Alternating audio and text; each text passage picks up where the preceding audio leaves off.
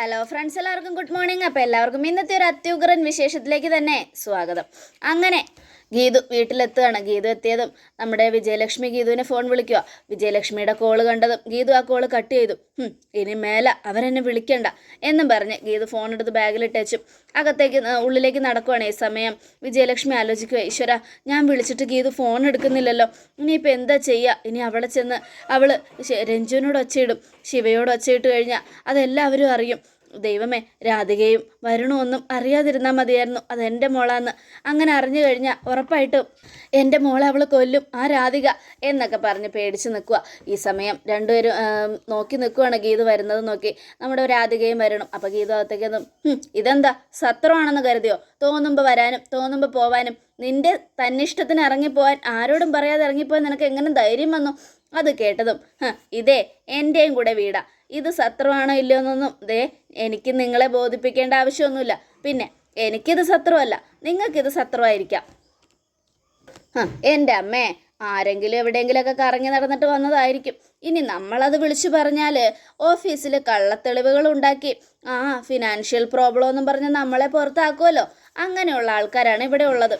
അതുകൊണ്ട് നമ്മളിതിൽ ഇടപെടേണ്ട ആവശ്യമില്ല. അങ്ങനെ ആവശ്യമില്ലാതെ പ്രോബ്ലം ഉണ്ടാക്കി ഇറക്കി വിടേണ്ട ആവശ്യം എനിക്കുമില്ല. പിന്നെ ഞാൻ ഇവിടെ നിന്ന് ചിലപ്പോൾ പോകും വരും പലതും ചെയ്യും. എൻ്റെ വീടാ ഇത്. പിന്നെ നിങ്ങൾക്കിത് സത്രമായിരിക്കാം, അതുകൊണ്ട് നിങ്ങൾക്ക് എപ്പോൾ വേണമെങ്കിലും പോകേണ്ടി വരും എന്നും പറഞ്ഞ് ഗീതു അകത്തേക്ക് പറഞ്ഞു. ഗീതു, എന്താ നിങ്ങളിങ്ങനെ ഒച്ചയിടുന്നത്? നീ എവിടെ പോയതാന്ന് പറ.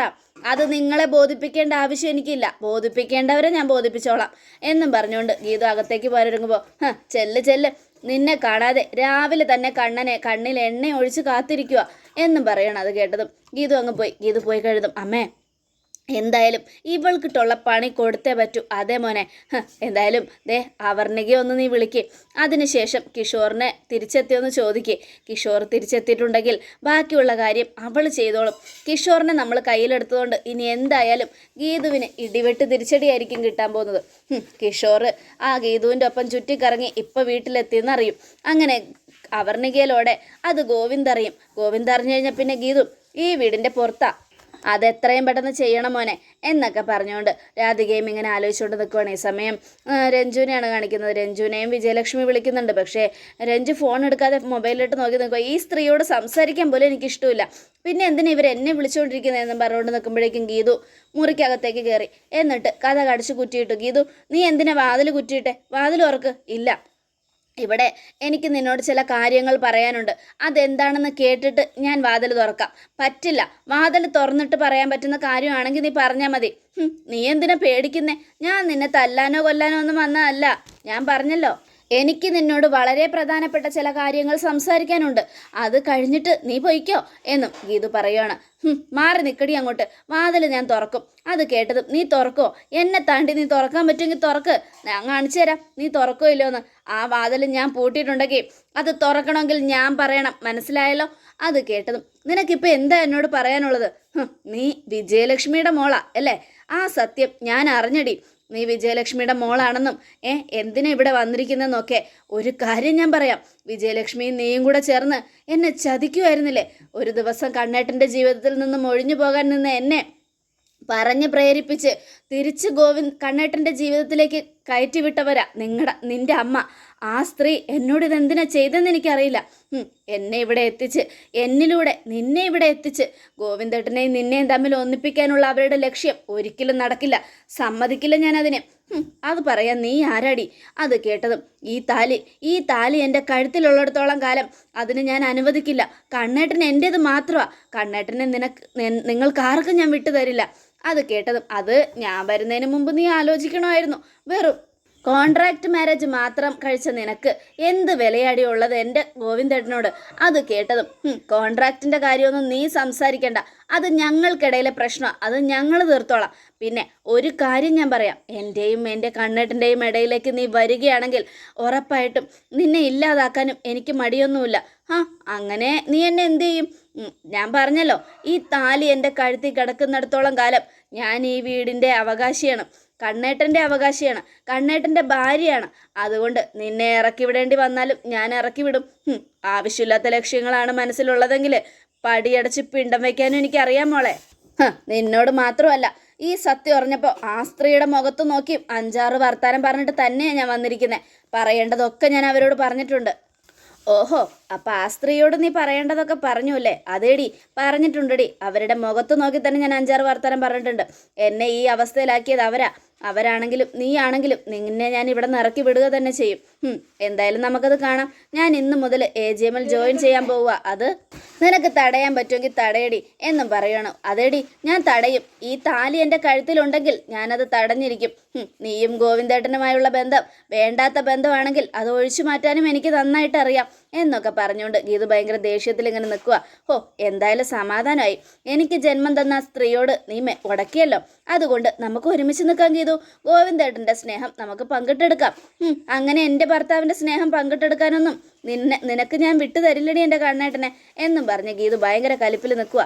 ദേ, ഒരു കാര്യം ഞാൻ പറഞ്ഞേക്കാം. മര്യാദയ്ക്കല്ലെങ്കിൽ എൻ്റെ സ്വഭാവം നിനക്കറിയില്ല, പിന്നെ നീ ജീവനോടുണ്ടാവില്ല. മനസ്സിലാക്കിക്കോ. ഗീതുവിനറിയാം അഴിച്ചിറക്കേണ്ട സ്ഥാനവും എന്നും പറഞ്ഞുകൊണ്ട് ഗീതു നിൽക്കുമ്പോഴേക്കും ഗോവിന്ദ് ദേഷ്യപ്പെട്ട് വരിക. എന്താ ഇവിടെ എന്താ വാതിലടച്ചിട്ട് എന്താ നിങ്ങൾ സംസാരിക്കുന്നേ? നിങ്ങളുടെ കുഞ്ചുവിനെ ഞാൻ ഒന്നും ചെയ്തിട്ടില്ല. ദേ, ഒരു കാര്യം പറയാം. ഞാൻ ചോദിച്ച ചില ചോദ്യങ്ങൾക്കുള്ള ഉത്തരം ഇവളിൽ നിന്നും കിട്ടാനുണ്ടായിരുന്നു. അതൊക്കെ കിട്ടി. എനിക്ക് പറയാനുള്ളത് മുഴുവനും ഞാൻ പറഞ്ഞു കഴിഞ്ഞു. ഗോവിന്ദേട്ടാ, ദേ ഇവളകത്ത് കയറി വാതിലടിച്ച് കുറ്റിയിട്ടു. കുറ്റിയിട്ടിട്ട് നിനക്ക് ഒന്നൊന്നുമില്ലല്ലോ. കണ്ണേട്ടാ, ഇങ്ങ് വന്നേ. എനിക്ക് കണ്ണേട്ടനോട് ചില കാര്യങ്ങൾ സംസാരിക്കാനുണ്ട്. ആദ്യം നീ രഞ്ജുവിനോട് എന്താ പറഞ്ഞെന്ന് പറ. അതൊക്കെ പറയാം. ഇങ്ങോട്ട് വരാനല്ലേ പറഞ്ഞത് എന്നും പറഞ്ഞ് ഗോവിന്ദനെ വലിച്ചുകൊണ്ട് പോയി ഗീതു അവരുടെ മുറിയും പൂട്ടിയിട്ടു. അതിനുശേഷം നീ എന്തിനാ കഥ കടിച്ച് കുറ്റിയിട്ടെ? തുറക്ക് ഗീതു. തുറക്കുന്നില്ല. എനിക്ക് പറയാനുള്ള കാര്യങ്ങൾ മുഴുവനും കേട്ടിട്ടേ നിങ്ങൾ കഥ തുറന്നാൽ മതി. മനസ്സിലായല്ലോ? ആ രഞ്ജു വിജയലക്ഷ്മിയുടെ മകളാണല്ലേ? അത് കേട്ടതും ഗോവിന്ദ് ഞെട്ടി. എന്താ നീ പറഞ്ഞേ? ഞാനെല്ലാം അറിഞ്ഞിട്ട് തന്നെയാണ് പറയുന്നത്. ആ രഞ്ജു വിജയലക്ഷ്മിയുടെ മകളാണല്ലേ? നിങ്ങളെ കല്യാണം കഴിക്കാൻ ഇരുന്ന പെണ്ണിൻ്റെ അമ്മ. നിങ്ങളും അവളുമായിട്ടുള്ള ബന്ധം നിങ്ങൾ എതിർത്തപ്പോൾ അറക്കൽ തറവാടും വിജയലക്ഷ്മി അമ്മയും കൂടെ ശത്രുക്കളായി. ആ ശത്രുത തീർക്കാനായി എന്നെ ഇങ്ങോട്ട് വലിച്ചഴിച്ചു അവർ. രണ്ടാമത് ഇവിടെ എന്നെ വിളിച്ചു വരുത്തിയിട്ട് രഞ്ജുവിനെയും നിങ്ങളെയും തമ്മിൽ ഒന്നിപ്പിക്കാനാണ് അവരുടെ ഉദ്ദേശമെങ്കിൽ അത് നടക്കില്ല കണ്ണേട്ടാ. ഞാൻ അതിന് അനുവദിക്കില്ല. എനിക്കറിയണം എന്തിനാ അവൾ ഇവിടെ താമസിക്കുന്നതെന്ന് എനിക്കിപ്പോൾ അറിയണം. വെറും കോൺട്രാക്റ്റ് മാത്രം മനസ്സിലിട്ടുകൊണ്ട് നടക്കുന്ന നിന്നോട് അത് പറയേണ്ട ആവശ്യമൊന്നും എനിക്കില്ല ഗീതു. അത് കേട്ടതും ഗീതു തൻ്റെ കഴുത്തിൽ കിടക്കുന്ന താലി എടുത്ത് ഗോവിന്ദൻ്റെ നേരെ ചൂണ്ടി. ഈ താലി എൻ്റെ കഴുത്തിൽ കിടക്കുന്നിടത്തോളം കാലം നിങ്ങൾ എന്നോട് പറയണം, എന്താണെങ്കിലും പറയണം. ഞാൻ ഈ വീട്ടിൽ നിന്ന് പിരിഞ്ഞു പോകുന്നത് വരെ ഞാൻ നിങ്ങളുടെ ഭാര്യ. അത് കോൺട്രാക്റ്റ് ആയാലും എങ്ങനെയായാലും. പക്ഷേ എനിക്ക് സത്യം അറിയാൻ പറ്റിയില്ലെങ്കിൽ കണ്ടെത്തും. ഞാൻ അന്വേഷിച്ച് കണ്ടുപിടിക്കും. എൻ്റെ ഗീതു, നീ വിചാരിക്കുന്ന പോലെയൊന്നും അല്ല കാര്യങ്ങൾ. അങ്ങനെ രഞ്ജുവിനെ അങ്ങനെയൊന്നും ഓടിച്ചുവിടാൻ പറ്റില്ല. അതെന്താ? നീ വിചാരിക്കുന്ന പോലെ ഒരു പെണ്ണല്ല. എങ്ങനത്തെ പെണ്ണല്ലെങ്കിലും അവൾ ഈ വീട്ടിൽ ആവശ്യമില്ല. അത് കേട്ടതും നിനക്ക് എന്ത് ചെയ്യാൻ പറ്റും?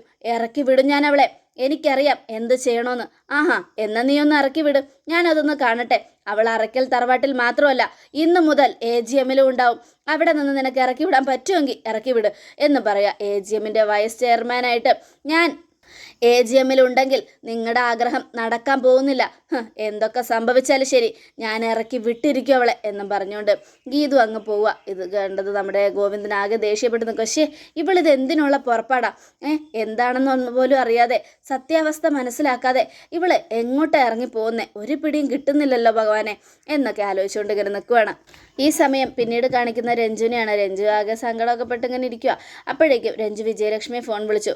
ഹലോ എന്നും പറഞ്ഞുകൊണ്ട്, മോളെ എന്തായി അവിടുത്തെ കാര്യങ്ങളൊക്കെ? ഗീതു എല്ലാം അറിഞ്ഞു അല്ലേ? അവളോട് നിങ്ങളെല്ലാം പറഞ്ഞു അല്ലേ? നിങ്ങളെ ഞാൻ സമ്മതിച്ചിരിക്കുന്നു. എന്തായാലും എനിക്ക് ഒരു സന്തോഷമായി. നിങ്ങളെ അവൾ വെറുത്തു. ഇനി അവൾ എൻ്റെ മിത്രമായിരിക്കും. നിങ്ങളെ വെറുക്കുന്ന എല്ലാവരും എൻ്റെ മിത്രങ്ങളാ. മോളെ, നീ എന്തിനാ ഇങ്ങനെയൊക്കെ സംസാരിക്കുന്നേ? ഇങ്ങനെയൊന്നും പറയരുത്. ഒരിക്കലും എനിക്ക് നിന്നെ വെറുക്കാൻ പറ്റില്ല മോളെ. നീ എൻ്റെ ജീവനാ. അങ്ങനെയുള്ളപ്പോൾ നീ എന്തിനാ എന്നെ മാറ്റി നിർത്തിയിരിക്കുന്നേ? നിങ്ങൾ എൻ്റെ ജീവനാണെന്നോ? ഒരിക്കലും നിങ്ങൾക്ക് എന്നെ സ്നേഹിക്കാൻ കഴിയില്ല. നിങ്ങളുടെ സ്നേഹം കപടമാണ്. അങ്ങനെ ഇല്ലായിരുന്നെങ്കിൽ ഞാൻ സ്നേഹിച്ച എൻ്റെ ധ്യാൻ്റെ കൂടെ നിങ്ങൾ എന്നെ ഒന്നിപ്പിക്കുമായിരുന്നില്ലേ? പക്ഷെ നിങ്ങൾ എന്താ ചെയ്ത്? ഞങ്ങളെ തമ്മിൽ പിരിച്ചു. മോളെ, ഞാൻ പറയുന്നത് നീ ഒന്ന് മനസ്സിലാക്കും. അങ്ങനെ നിങ്ങളെ പിരിച്ചിട്ട് എനിക്ക് എന്ത് സന്തോഷമാണ് കിട്ടാനുള്ളത്? അതിന് വേറെ ലക്ഷ്യങ്ങളുണ്ടായിരുന്നു. അതെന്താണെന്ന് മോൾ ഇങ്ങോട്ട് വാ. ഇവിടെ വന്നാൽ മോക്കെല്ലാം മനസ്സിലാവും. മോളെ, നീ എൻ്റെ മകളാണെന്ന് അറിഞ്ഞാൽ ആ രാധിക നിന്നെ കൊല്ലും. നീ അവിടെ നിൽക്കരുത്. എന്നെ ആര് കൊന്നാലും എനിക്ക് കുഴപ്പമില്ല. നിങ്ങളുടെ അടുത്ത് വന്ന് നിൽക്കുന്നതിനേക്കാൾ നല്ലത് മരിക്കുന്നതാ. മോളെ, നീ അങ്ങനെയൊന്നും പറയരുത്. എന്തായാലും നീ നീ ഒന്ന് കാര്യം മനസ്സിലാക്കണം. ഇങ്ങോട്ട് വാ, അമ്മ എല്ലാം പറയാം. വേണ്ട, നിങ്ങൾ എൻ്റെ അമ്മയാണെന്ന് പോലും പറയാൻ എനിക്ക് അറപ്പാ, വെറുപ്പാ. അങ്ങനെയുള്ളപ്പോൾ നിങ്ങളുടെ അടുത്തേക്ക് ഞാൻ വരിക പോലുമില്ല എന്നും രഞ്ജു പറയുകയാണ്. മോളെ, നീ എന്നെ മനസ്സിലാക്കും മോളെ. ഇല്ലെന്ന് പറഞ്ഞില്ലേ? എത്ര ധൈര്യം ഉണ്ടായിട്ട് വേണം നിങ്ങൾ എൻ്റെ നിങ്ങളുടെ മകളാണ് ഞാനെന്ന് ഗീതുവിനോട് നിങ്ങൾ പറയണമെങ്കിൽ? എനിക്കെല്ലാം മനസ്സിലാവുന്നുണ്ട്. എന്നെ ഇവിടെ നിന്ന് ഇറക്കി വിടാനുള്ള പരിപാടിയല്ലേ? അങ്ങനെ അത് അവൾ അറിഞ്ഞു കഴിയുമ്പോൾ എന്നെ അവൾ ഇറക്കി വിട്ടാൽ ഞാൻ നിങ്ങളുടെ അടുത്തേക്ക് വരും. അതിനു വേണ്ടിയല്ലേ? അയ്യോ മോളെ, സത്യമായിട്ടും ഞാനൊന്നും പറഞ്ഞിട്ടില്ല. അവളെല്ലാം അന്വേഷിച്ച് കണ്ടുപിടിച്ചതാ. ബാക്കിയുള്ള കാര്യങ്ങളും അവൾ അന്വേഷിച്ച് കണ്ടുപിടിക്കും. അതുകൊണ്ട് മോള് സൂക്ഷിക്കണം. ഇല്ലെന്ന് പറഞ്ഞില്ലേ? ദേ, ഒരു കാര്യം ഞാൻ പറഞ്ഞേക്കാം. എനിക്ക് എന്ത് പ്രശ്നം ഉണ്ടായാലും നിങ്ങളത് തലയിടാൻ വരണ്ട. പിന്നെ നിങ്ങൾ മരിച്ചാൽ പോലും ഞാൻ നിങ്ങളുടെ അടുത്ത് വന്ന് നിൽക്കില്ല എന്നും പറഞ്ഞുകൊണ്ട് രഞ്ജു ഫോൺ കട്ടിയാണ്. ഇത് കേട്ടതും വിജയലക്ഷ്മിക്ക് ഭയങ്കര സങ്കടമായി. ഭഗവാനെ, ഞാൻ എന്ത് തെറ്റാ ചെയ്തത്? എൻ്റെ ദേവി, നിന്നോട് ഞാൻ എന്ത് തെറ്റാ ചെയ്തത്? എൻ്റെ എല്ലാവരെയും എന്നിൽ നിന്നും അകറ്റി എൻ്റെ ഭർത്താവിനെ രാധിക തട്ടിയെടുത്തു. അങ്ങനെ പല കാര്യങ്ങളും സംഭവിച്ചു. ഇപ്പോൾ ഞാൻ ഏറ്റവും കൂടുതൽ സ്നേഹിച്ച എൻ്റെ മോളും എന്നിൽ നിന്നും അകന്നുപോയി. എല്ലാത്തിനും കാരണക്കാരി അവളാ, ആ രാധിക. അവളുടെ കയ്യിൽ എൻ്റെ മോളെ കിട്ടരുത്. ഒരിക്കലും എൻ്റെ മകളാണ് രഞ്ജു എന്ന് രാധിക അറിയരുത്. അങ്ങനെ അറിഞ്ഞാൽ എൻ്റെ ശിവമോളെ അവൾ കൊല്ലും, അത് ഉറപ്പാ എന്നൊക്കെ പറഞ്ഞുകൊണ്ട് വിജയലക്ഷ്മി ദേവിക്ക് മുൻപിൽ നിന്ന് കരഞ്ഞു പ്രാർത്ഥിക്കുക. ഈ സമയം പിന്നീട് കാണിക്കുന്ന രഞ്ജുവും ഓരോന്ന് ആലോചിച്ചുകൊണ്ടിങ്ങനെ ഇരിക്കുക. അപ്പോഴേക്കും ഗോവിന്ദ് വരികയാണ്. രഞ്ജു, നീ എന്താ ആലോചിക്കുന്നേ? ഏയ് ഒന്നുമില്ല ഗോവിന്ദേട്ടാ. അങ്ങനെ ഗീതു എല്ലാം അറിഞ്ഞൂല്ലേ? മൂടി വെച്ച രഹസ്യങ്ങളിലൊക്കെ ഗീതു ഒരെണ്ണം കണ്ടെത്തി. ഇനിയും കണ്ടെത്താനുണ്ട്. സാരമില്ല, ഗീതു ബുദ്ധിയുള്ളവളാ, അതുകൊണ്ടാണ് എല്ലാം കണ്ടുപിടിക്കുന്നത്. എന്നാലും നമുക്ക് പ്രശ്നമില്ല എൻ്റെ ഗോവിന്ദേട്ടാ. എന്നാൽ പിന്നെ നമുക്കൊരു കാര്യം ചെയ്താലോ? ബാക്കിയുള്ള കാര്യം കൂടെ ഗീതുവിനോട് അങ്ങോട്ട് തുറന്നു പറയാം. അങ്ങനെ പറഞ്ഞു കഴിഞ്ഞാൽ ഒരു പ്രശ്നമില്ലല്ലോ. ഏയ് വേണ്ട, അതൊന്നും ശരിയാവില്ല. ഗീതുവായിട്ട് ഒന്നും അറിയണ്ട. എന്തായാലും നീ ബാക്കിയുള്ള കാര്യങ്ങൾ പറഞ്ഞാൽ നീ എൻ്റെ അനിയത്തിയാണെന്ന് മാത്രമല്ല, ആ വിജയലക്ഷ്മി എന്ന സ്ത്രീ എന്ന് പറയുന്നവരുടെ വയറ്റിലാണ് ഞാൻ ജനിച്ചതെന്ന് അവൾ അറിയും. ഞാനത് ഒന്ന് ആലോചിക്കുന്നു പോലുമില്ല. ആ വൃത്തികെട്ട സ്ത്രീയുടെ വയറ്റിൽ ജനിച്ച കാര്യം ഞാൻ ആരോടും വെളിപ്പെടുത്താൻ ഉദ്ദേശിക്കുന്നില്ല. ഞാൻ ഒറ്റാം തടിയാ. ഞാൻ ഈ ഭൂമിയിലേക്ക് ജനിച്ചു വന്നത് എന്തായാലും ഒരമ്മയുടെ വയറ്റിൽ നിന്നാണെന്ന് അവൾ അറിയണ്ട.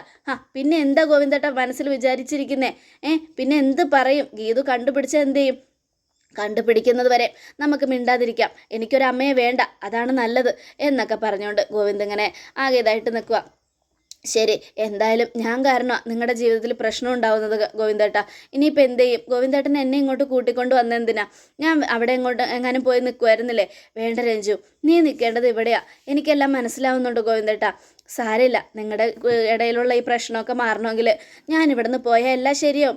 ഗോവിന്ദേട്ടൻ്റെ കാര്യം ചെയ്യും. എത്രയും പെട്ടെന്ന് ഗോവിന്ദേട്ടൻ സംസാരിച്ച് ധ്യാനുമായിട്ട് എന്നെ ഒന്നിപ്പിക്കും.